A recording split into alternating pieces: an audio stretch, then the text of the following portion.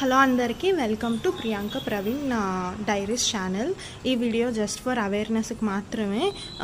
నేను ఎవరిని కూడా తక్కువ చేసి మాట్లాడాలి అని కాదు.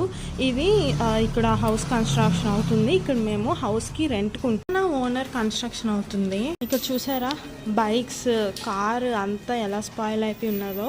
ఇది కారు మాదే అనమాట. చూసారా వైట్ కలర్ కారు. మేము రీసెంట్గా ఈ కన్స్ట్రక్షన్ వల్ల బయట సిమెంట్ ఇవన్నీ పెట్టారు. కార్ టర్న్ చేసి లోపలికి తెచ్చేటప్పటికి డెంట్ వచ్చింది.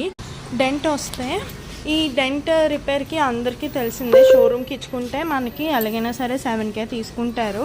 ఇంకా వాళ్ళు ఎక్స్ట్రా మనీ ఛార్జ్ చేశారు. సో ఈ స్క్రాచ్ తీయడానికి అవ్వలేదు. జస్ట్ 2 days ఎగో మేము కార్ తెచ్చి ఇలా పార్క్ చేసాము. ఇలాగున్నది ఈ కార్ పొజిషన్. ఇది మొత్తం రెడ్ కలర్ వైట్ కలర్ కార్ని రెడ్ కలర్ బ్రిక్స్ పౌడర్ ఉంటుంది కదా, పౌడర్ అంతా పడిపి ఇలా పాడైపోయింది.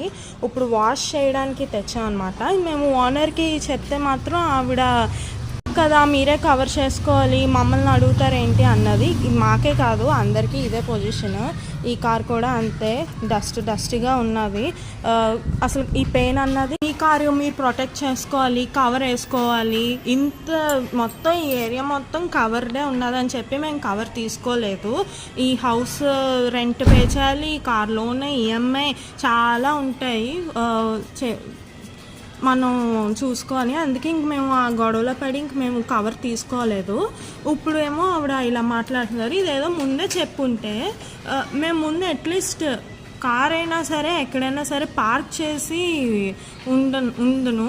కానీ ఆవిడ ఏమీ ఇంటిమేట్ చేయలేదు ఓనర్. మీకు కూడా ఇలానే ప్రాబ్లమ్స్ అపార్ట్ ఫ్రమ్ దిస్ నేను చాలా అసలు రెంట్ ఉంటున్నాం కానీ చాలా స్ట్రగుల్స్ ఫేస్ చేస్తున్నాము.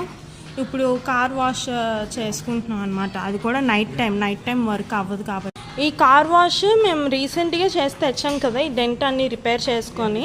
ఇప్పుడు మళ్ళీ సో ఇలాగే మీరు కూడా ప్రాబ్లమ్స్ ఫేస్ చేస్తే నాకు కమెంట్ సెక్షన్లో చెప్పండి. అండ్ వీటికి సొల్యూషన్ ఏంటో కూడా నాకు చెప్పండి.